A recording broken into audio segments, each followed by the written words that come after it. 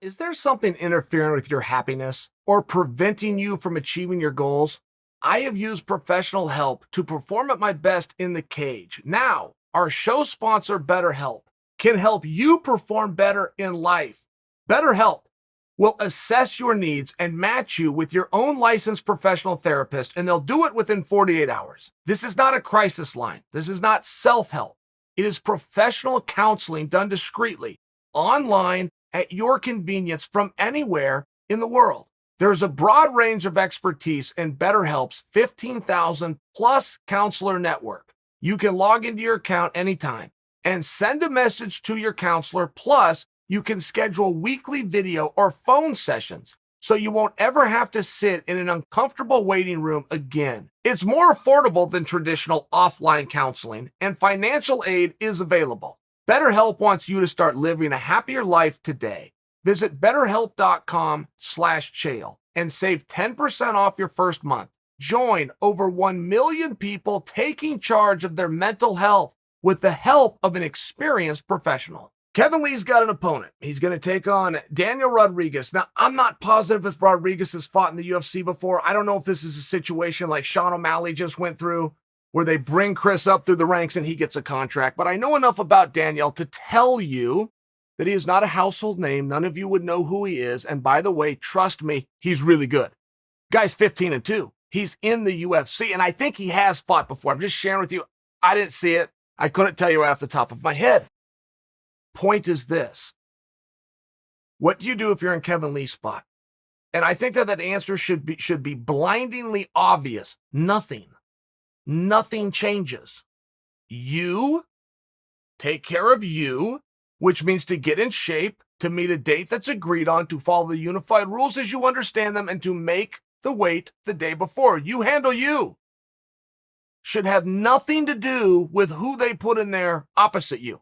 And it never should. Not just in this situation where Daniel Rodriguez doesn't have a huge name. It shouldn't matter if the shoe's on the other foot and it's a world title fight. Nothing to go back in and renegotiate and re-argue. You've already agreed to everything. You handle you. And I would just tell you, this is a wrestler's mindset. I was recruited coming out of high school by a man named Joe Wells, rest his soul, Oregon State University. I didn't go there. But I remember the meeting because I was in Joe Wells' office, and Gill Coliseum is where they do the wrestling at Oregon State. And Joe Wells' office was in Gill Coliseum. It was on an upper level, and there he was.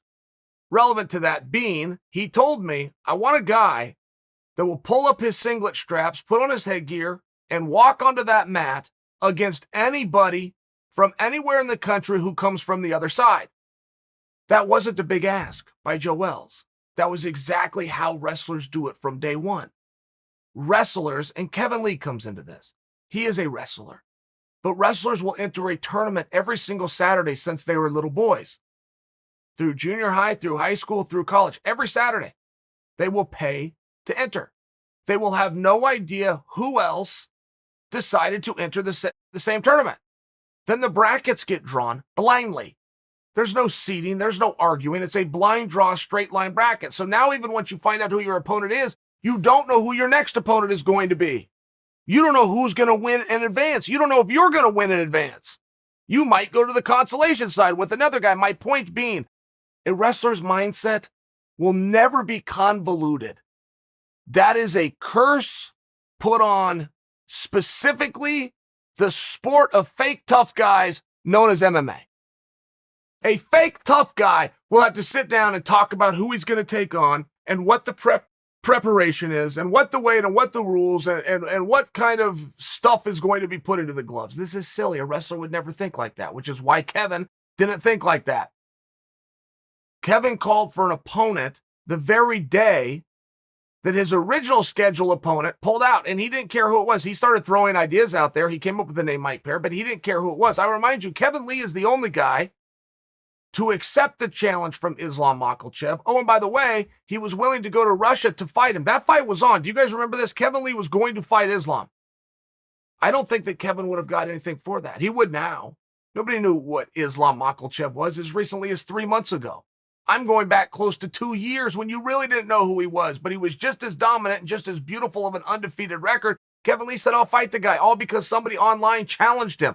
There was like some kids online that were daring Kevin, like, oh, you won't take this fight. So he went and took it. He was willing to fly into Moscow to do the match just to prove the point that he didn't care who it is. And I'm only bringing that to you because that goes both ways. Some guys are real brave on the I don't care who it is. As long as who it is a big shiny trinket, well, I don't care who it is. As long as he's the champion and Dana's going to pay me a whole bunch of money and it's going to be a feature match on ESPN. That's not the same thing as I don't care who it is. I don't care who it is. I have the courage. I will go out there a 5-1 underdog and I will make that walk anyway. There's something very brave about that. But you do have to understand when you say I don't care and then the guy has to be waving a big carrot in front of you, it's really not all that sincere. If you're Kevin Lee and you're willing to take on Islam, or you're willing to take on Rodriguez, or you're willing to take on Perry, or you're willing to take on anybody because you've agreed to a date, you took care of what you can control, which is yourself. He got himself in shape and he believes it. He rehabbed that knee and he believes it. He will make the weight class and he believes it. And he will go out there and compete with anybody that steps across from him. Guys, I know this sounds like the obvious. It's just not. It should be. It's disappointing to me. And it's where I have to put the sport of wrestling over the sport of MMA. You don't deal with that mindset. I work in the sport of grappling. The sport of grappling is even worse than the sport of MMA in terms of guys being absolutely panicked that they're going to get beat. And if you come from a sport that doesn't have a community that makes losing acceptable, you're in a scummy sport. There should be nobody that expects you to be 400-0. None of the greats are. LeBron is far from undefeated. LeBron will lose multiple times in a month.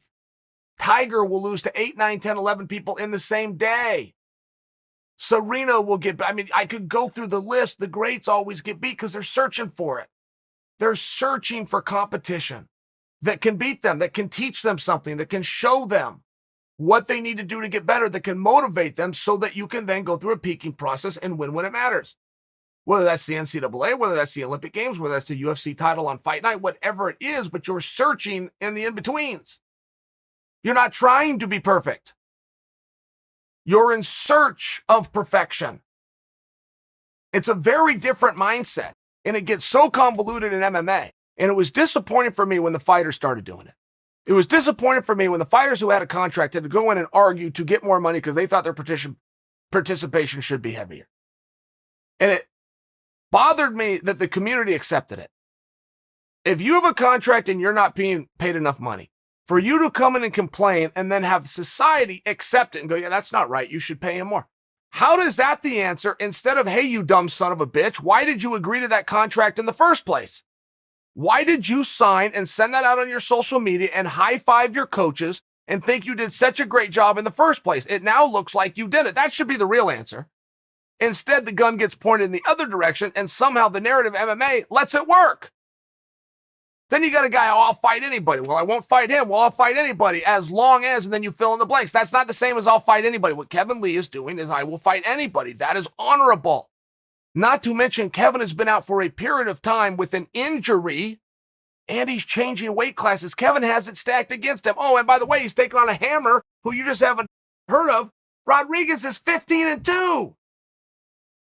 15-2. That is an incredible record of MMA. I don't care how you came across it. It could be on the regional scene. It doesn't make a damn bit of difference. 15-2? It really is quite incredible. Now, there's going to be times in Kevin's career where somebody's going to give him a hand up, whether it's his opponent or not. I can see it in Kevin's career as a man named Tony Ferguson. Tony Ferguson gave Kevin that opportunity to go out there and fight for a belt. And if one of them needed to thank the other one, in all fairness, it's Kevin needed to thank Tony. And now Kevin's in that same position. Can he get up in the loft and pull the ladder up behind him so nobody can get there? Or can he leave it down and now Rodriguez gets a chance, right? I mean, it's one of those things, but there's an honor in that. That's the way that it should be done. You should have a pride in that. And if I was to go over the history of the sport and look at guys that did just that, they all have one thing in common, which is they were wrestlers. I remember a night this happened to Dan Henderson. Last fight on his contract, didn't know where Dan was going to go. They bring in a ringer from Brazil named Palhares. Rusamar Palhares, who's got this secret inverted heel hook, and he's going to tap Dan out. I mean, but this was a real thing. There was no disguise about it. UFC wasn't hiding it. You're on your last fight. Here's how it's going to go. You're going to say goodbye, and we're going to introduce a new guy. That's the business. Okay, great. Dan signed the contract, showed up. Now, Dan ended up beating him, but I'm only sharing with you that that's the way that these things happen. Randy Couture steps in with an unbeatable phenom named Vitor Belfort. But what do Dan and Randy and Kevin Lee all have in common? They all come from that wrestling mindset, which is just a more open mindset to going out and competing. It doesn't truly matter who is best in comparison to having a willingness to find out the hard way and then acknowledge the results. There is an honor in that. There is a lack of honor in people that won't do it. I don't care who I'm fighting as long as he's got a million great things to offer me. That's not sincere. I do not care. Bang your chest, be brave. It goes both ways. I might be the favorite. I might be the dog. Some guys operate best when they're the favorite and the whole world's telling them they can do this. And some guys do their best work when all the pressure's off and they're the underdog. It's the champion. It's the winner in life that will adapt to either circumstance. Sure, Kevin Lee has a preference. I don't know what his is. I don't know if he prefers to be the dog or he prefers to be the favorite. I've never asked him that. But for sure, he has a preference. But he goes both ways. I mean, I'm offering you the examples right now of Tony Ferg, who was supposed to beat him, versus Rodriguez, who doesn't belong in there with him. That's all perception. Nobody knows. It's between those boys. They're going to have to figure it out. I just bring what Kevin is doing to your attention, or what Sean O'Malley is doing to your attention, that it comes back and overall it just makes me right. In all fairness, I'm shining my own wheels here, but it makes me right that as long as you're going out on television in this sport and you're winning, good things happen to you. The rankings are not reflective of what you think. If you're ranked number 9, you do not have to fight a guy in the top 8 for yourself to move up. Islam just showed us that. John Jones didn't fight at all and went from 2 to 1. I'm just sharing with you. It should not be a narrative created by fighters, managers, and fight camps. It shouldn't be. It is. It definitely should not be accepted by you, the viewer. You should push back. There should not be things out there such as, why is Kevin Lee fighting a guy that I've never heard of? What? That's your takeaway? They both deserve credit. Kevin for doing it. What about poor Rodriguez? He's got to step. You think Rodriguez doesn't know he doesn't belong in there? You think Rodriguez doesn't know the whole world thinks he's a lamb walking to slaughter? Doesn't always go that way. Didn't go that way for Henderson. Didn't go that night that Randy fought this unknown phenom, unbeatable phenom named Vitor. Go out there, get your hand raised, go out, compete. Take care of what you can take care of. Sean O'Malley's name is on the tip of everybody's tongue, but so is Chris's now. Chris, who walked into that environment, got picked apart for 14 and a half minutes, but left with everybody's respect. Doesn't have to be a household name going into it. Don't ever forget, it's not how you start the race, it's how you finish.